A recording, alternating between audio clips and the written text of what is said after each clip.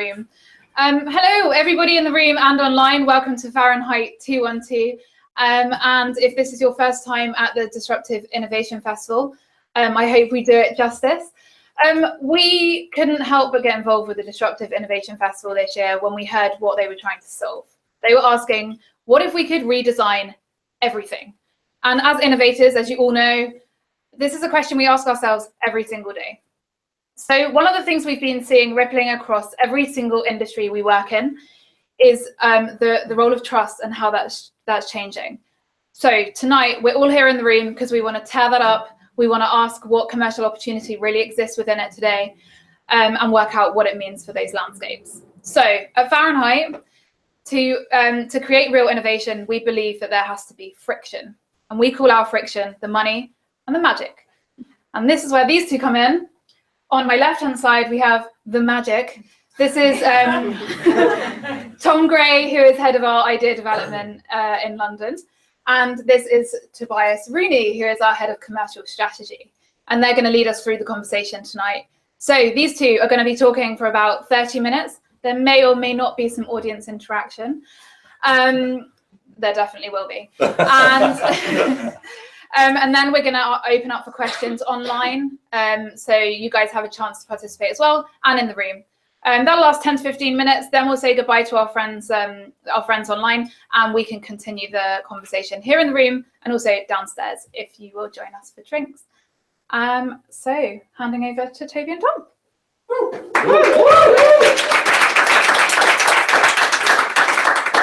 All right, great, thank you. Yes, I think well, firstly, welcome and thanks for coming, and thank you to everyone for joining us online. I think, as Laura said, if we're thinking about redesigning everything and if everything's up for grabs, then thinking about what are some of the key principles or pillars that kind of underpin everything, and the way that we live our lives and the way that businesses operate and the way that entrepreneurship and change happens. It felt to us like trust was one of those things. It's kind of fundamental to survival, I suppose. It's fundamental to business survival in terms of your ability to transact, your ability to attract customers, your ability to grow. But I think also, reflecting on the last year, we probably all have looked at the world and probably looked aghast at some of the things that have happened in the world and realized that there's probably this last year, especially, there's been a sort of fundamental reevaluation of trust on what we think other people trust, and perhaps even the dynamics of trust in terms of if we think about fake news, if we think about technologies that have enabled companies to do things differently, for small companies to tip big companies out of their sectors. So with that in mind, we've been talking a lot about trust.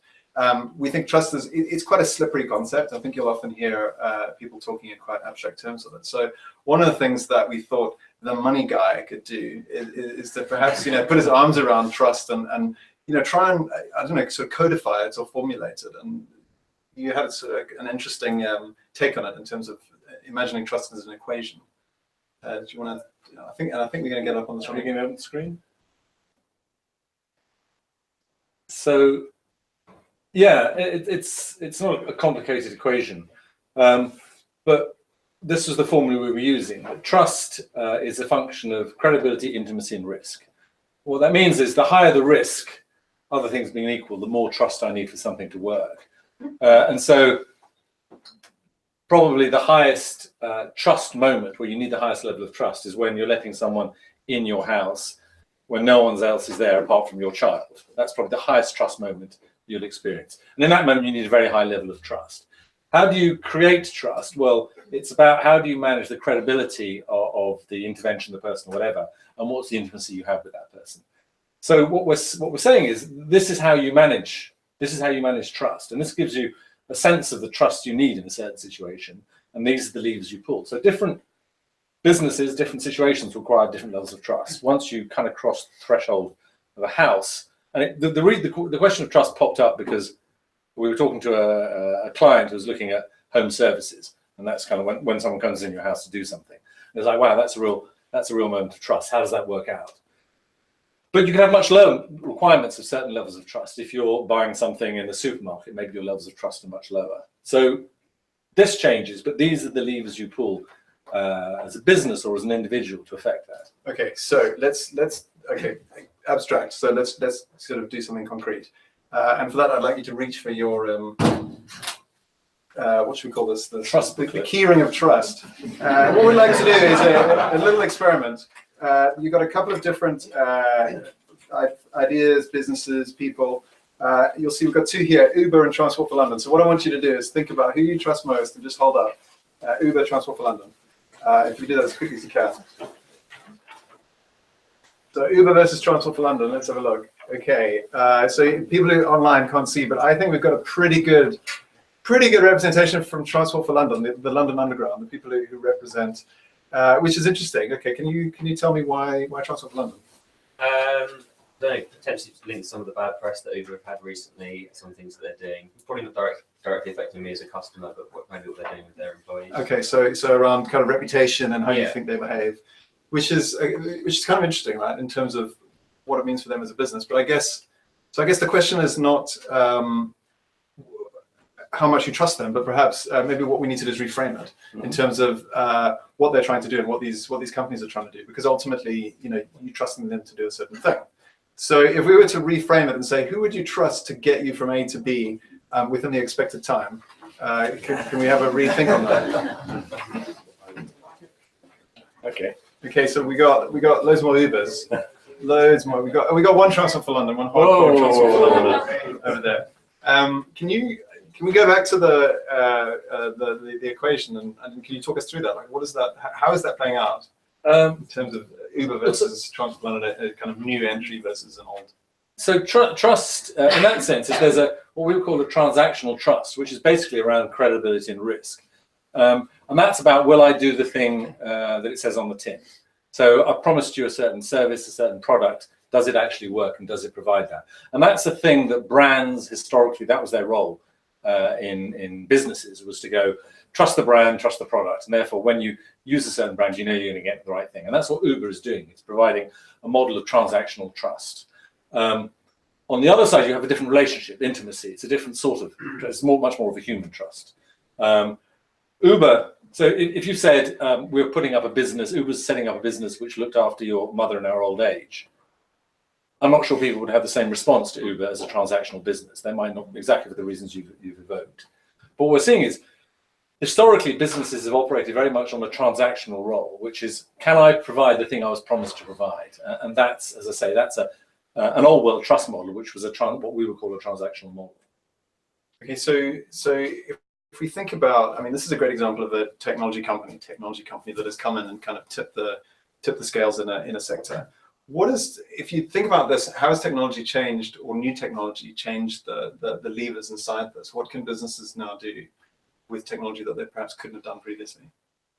Well, I think the most obvious thing is that businesses can take away a lot of risk.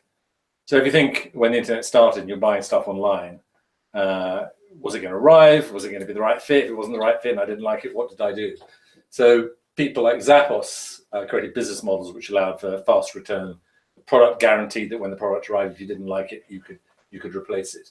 And secondly, it allowed a higher diffusion of the brand through credibility. So it allowed a company to look at, how do I position myself in a marketplace, and how do I drive up my level of credibility?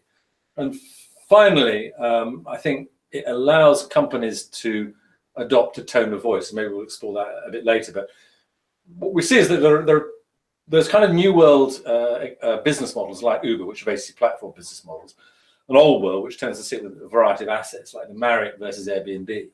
But at the same time, you've got old world trust models like Uber, which is basically a transaction model, and new world business models which operate much more on the intimacy level. So how do I build a sense of intimacy and a sense of belief? And I think technology is also helping some companies solve for that. So companies that go down that route and have a sense of purpose, they're able to build a stronger sense of intimacy through tone of voice.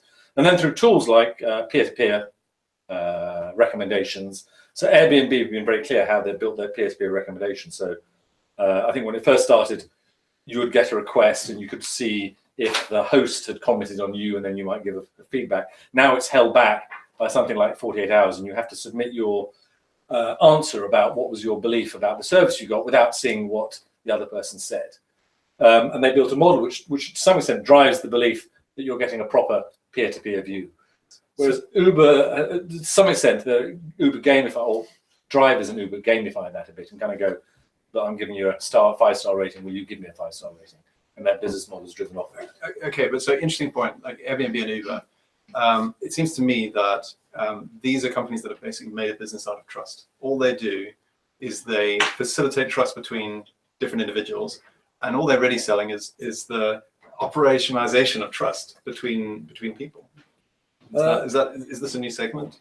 No, I don't think Uber's selling trust. I think Uber is selling transactional performance. It's selling old world trust, which is, I promise to get your car in 2 minutes, and it's going to arrive in 2 minutes, and it's going to cost you between £12 and £13 to get home, and you'll get home at this time. I don't think there's any more trust in Uber, potentially less trust than there is in Uber, than there is in a black cab or a mini cab. It's not creating any more trust. You've got a system which you recognize, which is strangers picking me up in cars and taking me to my house, which you already recognize and know. And Uber's not doing anything around that. It's not building your trust that they're looking out for you. I think Airbnb is a different model. So one of the things that characterizes, I think, the intimacy space, and we see it with increasingly with companies, is the extent intimacy. One of the things that drives intimacy is the sense that I'm aligned with your interests. And Uber is a classic case where they're not. They do the thing they say they're going to do. But we all know that Uber, if it's raining and it's 5 o'clock in the afternoon, they're going to surge prices, or there's a terrorist attack in Sydney, or whatever. They're going to surge price it. And you know, okay, that's the deal. But you kind of know they're also screwing you because they're charging you more money for a situation. You know the model, it's a classic supply and demand model. Whereas if you look on the other side, you look at a company like Cleanly, which is a dry cleaning service in the States, in Washington and in New York. And they have a surge pricing model. And the way it works is when a number of orders start to appear for dry cleaning in a certain area, they geo-fence the space and they start to ping out discounts to everyone in that area who's a member. And they will get increasing levels of discounts if they use the service at that time. So everyone gets that they've got a van driving around and it needs to be filled up, so there's an economy of scale. But what Cleanly are doing is they're sharing that benefit with the consumer and they're aligning the interests. And for me, that's how businesses have looked at intimacies. How do I line up with, how do I prove that I have the same interests as you? And I know you're a business, you're Cleanly, you're a dry cleaning business, and you're making money. But what I like about you is you're sharing some of the value that you're creating back with me and giving me a discount on the service. Whereas Uber's kind of doing the opposite. When demand goes up, it's like, how do I push up the supply curve and make the price higher? Mm-hmm. So let's go with Cleanly or these platform. Let's go with Airbnb or these platform businesses. One of the things that is interesting to me is also to flip the trust. It's made trust two-way in a sense, because I got a compliment the other day from an Uber driver who sort of complimented me, "Oh, you've got a rating of 4.87, like I shouldn't kind of care about that." But it sort of made me reflect, like, well, what's going on there? Actually, they are taking note of my rating, and has this new technology and these new business models or platforms create a situation where businesses can figure out which customers they can trust? Is there a benefit in the other direction? I'm not sure, because most businesses in those spaces are unlikely to be looking for the trust situation for businesses. Am I going to get paid? And like for an Uber, you pay the minute you get into the vehicle. So I think in many cases they've mitigated their sense of risk around this. So I'm not sure. I'm not sure what more they can do with that. I would argue that for Airbnb, for example, you've got people. Yeah, you want to mitigate the risk that your house will be trashed by choosing a customer that's going to look after you. Mm-hmm. So same with a cab. Yeah. Well, yeah, the cab. I mean, the cab. There's an element of trust, which is the California roll principle, which Rachel Botsman talks about. Does anyone know about the California roll principle? California roll principle is it looks strangely familiar. That's because Toby invented it. No, I didn't know. Rachel. I have to give Rachel Botsman wrote an interesting book on trust. Mentions it, and she says one of the elements of trust is, does it look familiar to me? And the California roll thing was when they first brought sushi to America, they put seaweed on the outside, and I was like, I don't really get what that is. And they turned it inside out, and they put the rice on the outside. The Americans, wow, rice on the outside, I recognize what that is. And it was strangely familiar, so they bought into it. I think Uber is strangely familiar because it looks like a cab. It looks like a cab, and it looks like hansom cab back in the 19th century. It looks like something you recognise very easily. So what is that intimacy? Are we talking about something that just feels a bit more familiar to you? It creates a belief of intimacy because it looks a bit more familiar. It looks like something you recognise, so you have more trust in it. Yeah. And there's an Airbnb. You're right. Airbnb is a different model. Airbnb requires trust to exist. Its business model isn't run on trust, but it needs to elevate the level of trust. Airbnb is in a situation where you've kind of got that stranger danger principle. Yeah. Someone's walking to my house, a complete stranger walking to my house, and they're going to sleep in a room next to mine.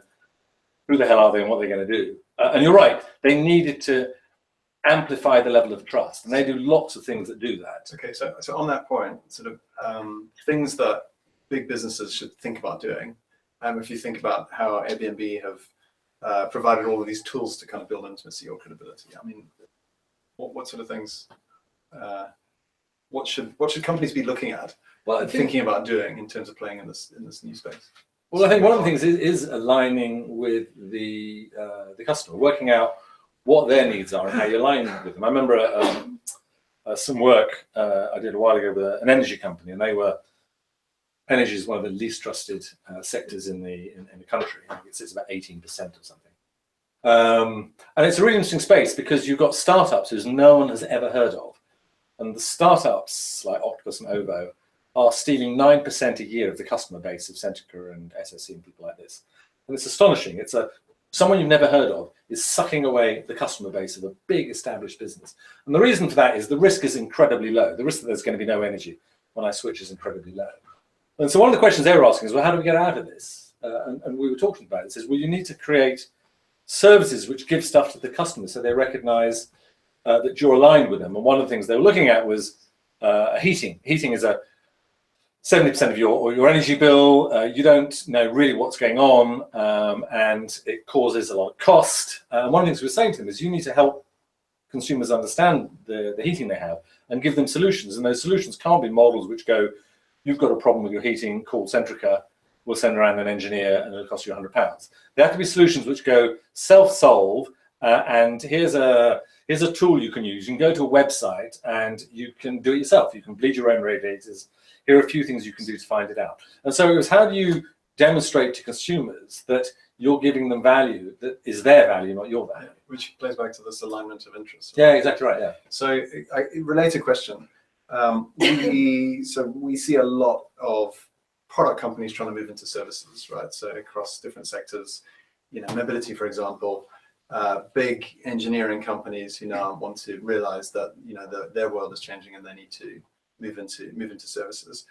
Would it be fair to? I mean, how does that play out across the equation, or what would you need to do differently to get into services as a product company? Where would you be strong and where would you be gapped? Well, I think successful product companies already have a very high degree of credibility. You buy a piece of equipment from a white goods provider or something, it needs to survive, it needs to last. So you've already got manufacturing durability and quality generally built in. So you're walking with quite a high level of credibility. But I think the challenge is in the service business is alignment of interest is a much more subjective space. So you haven't got a sort of an engineering push approach of I've designed the perfect thing for you. You have to be much more sensitive to consumer needs. So people like Four Seasons, people at the desk have a budget which they're allowed to allocate. When a consumer turns up and goes, something's not working, they're able to interpret the need in that moment and allocate money to solve for it. So is risk a given? Can you manage the risk of your sector or the perceived risk? I think different sectors have different levels of risk. So the energy sector has a very low level of risk and therefore is much more exposed to new entrants. I think when risk is low, it becomes about credibility and intimacy. You dial up the intimacy. So people like Octopus Energy. What's interesting is the experience is very easy. Everything happens on your phone. Your bills appear on your phone. They're very transparent about their pricing. They tell you how their pricing compares to everyone else. So they dial up that, and they have a tone of voice. Like Monzo has a very strong tone of voice, which is very intimate. So Monzo, as a business, it will tell you stuff like our system isn't working at the moment. Take another credit card with you. And I don't know of any bank, any standard bank that would ever tell you in advance that something wasn't working, therefore make sure you use another banking card. And Monzo has such a tight relationship, they're now going into the energy space interestingly enough. Okay, so this relates to what you can do if you have a sort of excess of trust, or if you're more trusted.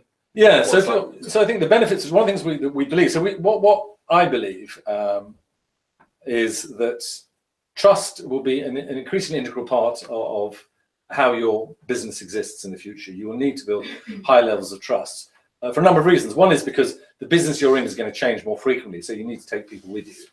And with high levels of trust, what you tend to get is lower cost of customer acquisition. It's easy to get customers because your brand, people trust you, people talk about you as a brand, and people come onto your brand. So Monzo have a huge amount of trust through their brand. Or even Amazon going, when you're selling books and you're selling DVDs and the next minute you're selling groceries. People trusted the brand. It wasn't a big cost to acquire new customers. And the second thing is you get a lower level of churn. If I trust you, there's a lower level of churn. So you have longer customer lifetime value. And the third thing I believe is there's a price in elasticity of trust. So when you're a trusted brand, you can make mistakes and people forgive you, and people will pay for some of that understanding and some of that forgiveness, and it gives you more room. So I think one of the risks that a company like Uber faces is it's incredibly transactional. I don't think people have an intrinsic belief. People don't trust Uber to do anything else apart from get them home. If Uber was running a care home or dishing out pharmaceuticals, you might think differently about it. And they're at risk of another business turning up. And if you've got a low trust business, you have a very high price elasticity. It means the minute prices change, someone will switch in. So if someone else turns up in a business where you have low trust, like OVO or Octopus Energy or whoever, you will find that they switch out very quickly, and you can see that in the energy space. They switch out very, very quickly. If you had high trust, and it's weird because Centrica potentially have a huge level of trust. They have British Gas, and British Gas has a strong brand, and they have Dynaron, which is a strong brand, but they haven't worked out how to play it out as a trust model. But that will give you that space both to make mistakes and play with a slightly different margin. Is it not? I mean, it's going to cost money to establish trust, right? Yeah, it will cost money. But then, as I say, because your customer acquisition cost is lower, and because your lifetime value is expected to be higher, and it's just easier to move from one territory to another. You can move into a different business and take customers with you. If you look at Virgin's, the way Virgin just flip-flop from all sorts of businesses, you kind of had some sense of who they were as a brand and what they meant to you. Was that based on trust, though, or was that based on brand? Was that? There's probably a mixture of both. You thought he was a consumer champion. You either liked him or didn't, but you believed in him as a consumer champion. And certainly, one of the things of trust is the personalization. And as in everything, there's a trust stack. People talk about a trust stack, and we talk about trust canvases and what. Toby, could you argue that no one wants to place their trust in any company or institution anymore? They want you to give them the tools to trust themselves. So just it's the day and age over of us placing our trust in any brand or any company or any institution. We really just want the tools to trust ourselves. Okay, so sorry, just to call that out. So the question is, people don't want to trust institutions at all. They just want the tools to be able to trust themselves to do the job. So it's a good question. I mean, trust has moved from institutional trust, which is brands, governments, authorities, to distributed trust, which is on the internet. How do I spot? How do I understand? How do I get reviews? And consumers have evolved very much. To your point, Carol, consumers, the role of the brand in deciding what I buy is much lower now. It's much more likely to go on the web and search. So that the biggest search engine in the world now is Amazon. 52% of searches start on Amazon, where people look for a product and they see what someone else has said about it. So you're right, in that sense, they use the tools. But at the same time, the technology has driven people to trust all sorts of things they shouldn't trust. You create echo chambers around on Facebook. Technology drives a weird sense of behavior around it. Yeah, I think it's an interesting point in the sense of, these platforms which are facilitating trust between people, which in a weird way is we're almost going backwards towards a much simpler economy where people were trading person to person, and actually they've used these technologies to create the ability to transact person to person. But I think absolutely people still want brands and businesses to enable them to do that. I mean, in a weird way they are. You need these big brands to be able to bring people together. Like the thing I find interesting is it requires technology. It requires impersonal technology to enable people to have personal trust to each other. But I tell you what, we've got 5 minutes left. On that note, should we do another? Should we do another trust face-off? I'm really interested in Theresa May versus Mark Zuckerberg. That's just Mark Zuckerberg of Facebook. Who do you? Right, who do you trust? All right, who do we? It's pretty even split. That's What are we going more? It's probably a bit more Mark Zuckerberg. A bit more. Let's say. Should we say who do we trust to run the country, to deliver consensus in the country? Well, there's no picture of Jeremy Corbyn here. Where is he? Interesting. Okay, so Zuckerberg. Give us a point of view on Zuckerberg. Why Zuckerberg over Theresa? Well, you probably have more data points to work with. More data. More data. I mean, data equals intimacy, doesn't it?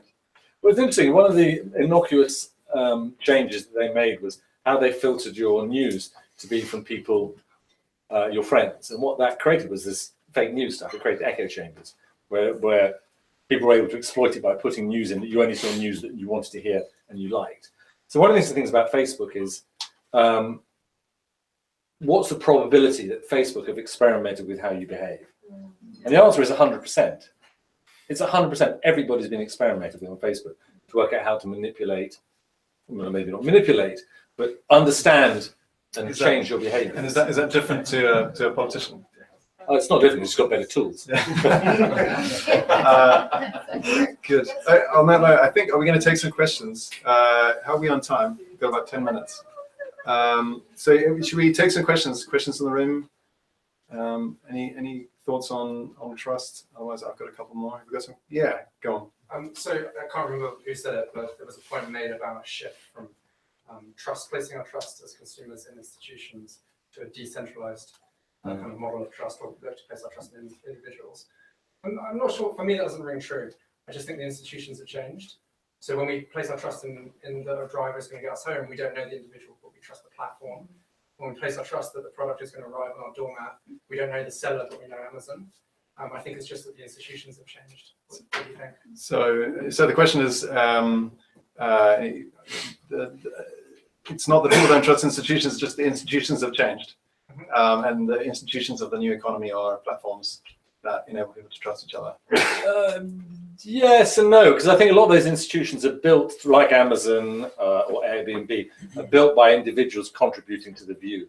So yes and no. The businesses like, as I say, Amazon, where I go on and look at a product, it's about their ability to get people to review the product, and therefore I trust other people. One thing that's clearly true is people trust each other much more than they trust institutions. If you ask people who they trust most, 80% of people say it's their family or their close friends, and much further down the line is the institutions. And the belief in Congress, I think, fell from something like 45% in the late 80s to about 15% now. So the institutions might have, but I think the institutions that work, that you trust in, are institutions that certainly look like they're creating a lot of insight from consumers. And certainly one of the things we're seeing with consumers is, what they don't trust is brands. They trust other people to tell them is a product good or not. They go on to sites and Amazons to review. Get that. Is that not also the multi-game system and online? Okay, it is. So the major industries like tourism, that we know that 60% of what's there is games. Well, they don't think it's 60%. And B, what's happening is they're designing systems which can spot fake reviews. So I think MIT actually has been working on some of this. But that's what I mean. It's interesting that the notion of trust is moving towards this recommendation, and yet they're probably less trustworthy than So question around notions of trust moving to reviews, but actually reviews are becoming easier to game, and actually there might be a crisis of trust in reviews. Yeah, I mean, I think that's kind of what I think. To go back to the question on institutions, isn't it also that traditional institutions are really based on credibility, and the source of that credibility, if you think about the church or the government, the source of that credibility has changed, and actually that credibility has been completely undermined by new technologies, and probably the likes of Facebook and whatever other sort of parastatal actors, and so you still have these institutions, but the basis of the credibility has been flipped. Well, I think the difficulty with institutions, and you look at governments, is I think the trust has broken down because of a sense of unfairness. When people in government, things go wrong, the consequence can be quite low, whereas people in everyday walk of life, the consequences are much higher. So people have lost faith in I would say, the fairness of the system, and therefore the credibility goes with it. So when you see, one banker go to prison when Europe and America had to bail out the banks, and only one person went to prison for that, you kind of go, well, you got this sense that people in positions of power and authority were not going to be treated the same way. And I think that creates a lack of belief in the system, lack of credibility in the system. More questions? Any I have a quick question.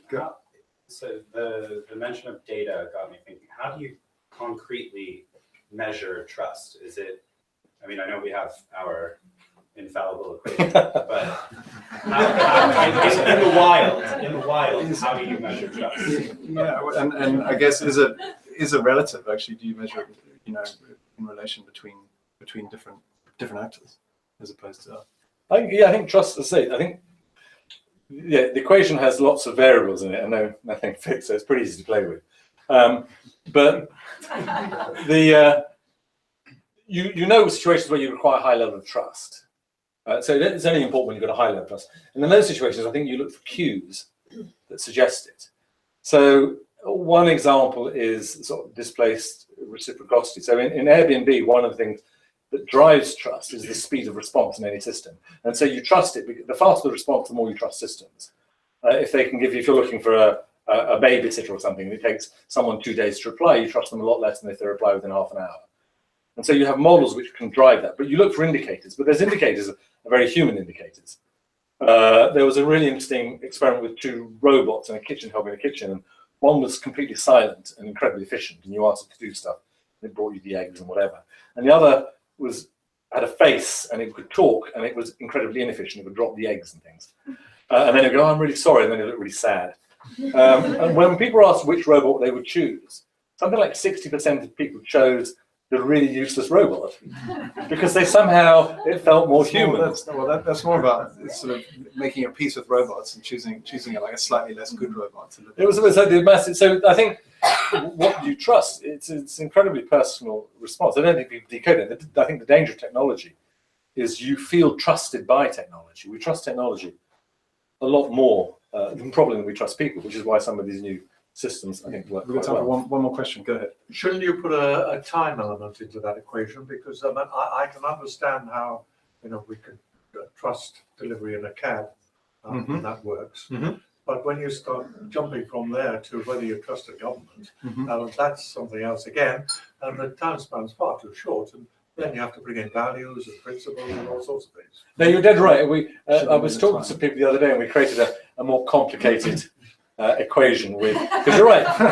Time is a function of that, and intimacy is time-driven. That's a sort of instant. Yeah. But you're right. Over time, you can build or lose credibility. The more frequent interaction you have with someone, the higher level of intimacy is going to go up. So you're dead right. It's definitely a function of time. It's definitely a function of time. We were also talking about scale. Do you need to build scale into this in the sense that if you look at these startups who can disrupt big industries and move really quickly in a short space of time, they do it because they can achieve this. Perhaps in low risk industries, but they can achieve intimacy because of their scale. And actually, one of the things that big scale actors suffer from is they cannot deliver intimacy at scale. So is it fair to say that there needs to be some kind of scale measure on here, that when Monzo hits scale, what's to say that they're not going to suffer from exactly the same trust issues? Hard to say. I mean, the advantage for Monzo is they're starting with that as part of their sort of intrinsic value proposition, whereas the existing banks didn't. So banks have effectively technical debt. They have all the infrastructure they have, therefore it's very costly for them to shift. Maybe they have a trust debt, which is people just don't trust banks. So anybody, again, like in the energy space, when someone new pops up, they're just above zero, or even at zero on the trust equation. As they go bigger, do they have a leg? I don't know. Maybe I don't know, because we haven't seen it. We haven't seen how it evolves. But you can imagine there's a shadow of trust which still exists, and then it's how do you play it out? And brands like Airbnb worry an awful lot about, and we talk about scaling up. Airbnb is still a $25 billion market cap business, and it has more people in beds every night than most of the hotel chains. So it has scaled, but they worry an awful lot about how do they manage and enable trust. They've had this issue with, I think, online race, people not being accepted because of their race, and they're looking at how do they solve for that. I think what's helpful is if you start with trust, people will then tell you things that aren't working. And if you have that intimacy, they'll tell you it's not working, they'll believe you'll fix it. And then you have this space of time where you can fix it and act on fixing it. I think Uber's problem is they got a lot of signals and they didn't necessarily jump on the signals about things not working. I think Airbnb's done the reverse. I think they've been very good at investing to manage the sense of trust and belief in them. Good. We've got some questions coming in online. Great. Questions from online? Lots of interesting ones. I'll just pick out one here. So this person says, empathy does play an important role in outlining an industry system, but how far can these intangibles be grown and established in businesses that comprise of rigid managers and professionals? Okay, so I guess the question is, how do you build trust? It's all very well talking about these soft things, but how do you actually go about building trust in a business, and perhaps against some of these levers? Well, I think the point that has been made is about probably a relatively rigid hierarchical structure where decisions go up and down the chain. I think the question is how do you allow people to make decisions in the moment in front of customers? And I think that's what it's pointing at. If you have a structure which is less about efficiency and more about customer response, then that's how you need to manage it. The difficulty with hierarchical models is they're designed to drive efficiency into a system. And therefore, you can't build a lot of intimacy into that. You need people to be able to respond as a human in the moment to a particular situation, which is where Four Seasons model of, you have a $2,000 budget, whatever, to do what you like. And that's an ongoing problem, is, the rigidity of systems, I don't think allows you to have that spontaneity. So what interests me is the sort of human versus non-human, and this, the ability to deliver intimacy through technology. And I don't know what, and maybe there's a question for the audience, but what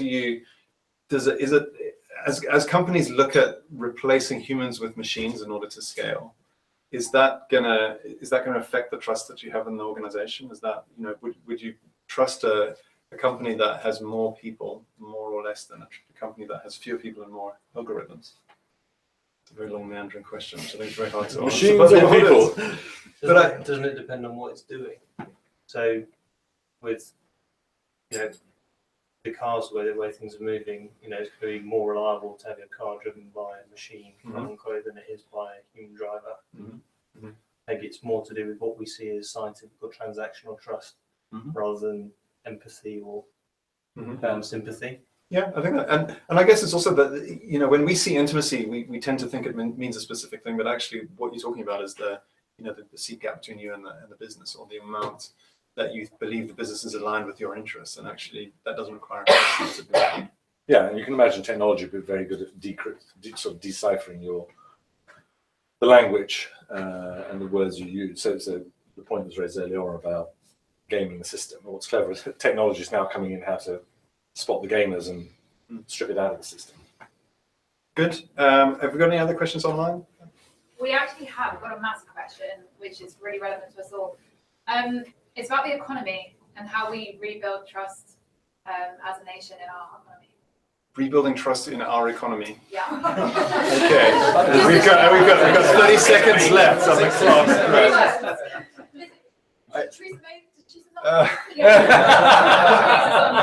But yeah, I mean, so the person who asked the question isn't here, right? But I guess the question is like, the failure of trust in the economy. What is that? Is that the failure of trust in traditional businesses to deliver?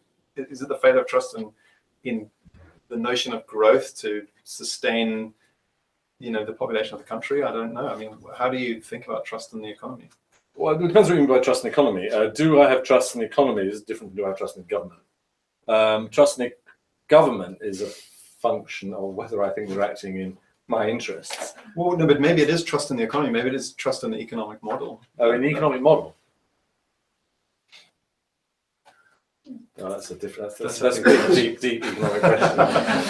The Chinese are solving. I don't know if you've seen it. The Chinese are solving. They're creating a citizen scorecard, which is basically a massive trust model where you get ranked according to your creditworthiness, people you hang out with, things you buy online. Alibaba already has one called Sesame Credit, and it evaluates how good you are based on what you buy. If you buy video games, you're probably lazy, and if you buy diapers, you're probably a parent and you're more trustworthy. And it drives credit ratings and all sorts of stuff. And the Chinese are certainly looking at how they build a citizen model. Well, and wasn't one of the interesting things that people were trading their own trust on the platform, sort of using their own credibility to portray themselves to other people. Like Black Mirror. Exactly, it's exactly like it's horrific. And if you had a good Sesame rating, you'd probably put it on your Chinese equivalent of grinding. If you like, I'm a great date. I've got a good trust rating. I've got good credit worthiness. On that note, I mean, I don't know how to top that, but I think we've come to the end of the stream. So I guess for the live stream, we'd say thank you very much for joining us. It's been a pleasure. Thanks for all the questions. I'm sure the talk will be archived later, and we can continue the discussion in the room if we haven't ended it. Great, thank you.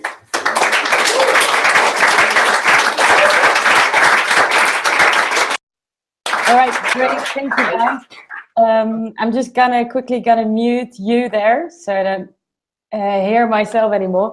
But thank you for your talk. It was great hearing from you about the trust economy and all the different sides that come together within this system. Thanks a lot. We've enjoyed it and have a lot of fun there. For everybody watching online, thanks a lot. I just wanted to point out a few sessions that we have coming up in the next couple of days. For example, envisioning the future of open source seed, where open source is normally associated with technology and gadgets. In this session, Claire Luby wants to learn why it may have vital importance to our future food supply. And if you have missed out of any of the sessions, don't worry, we have them all on DIF on demand. Just go to the website www.thinkdiff.co. Thanks a lot for now and see you at another session.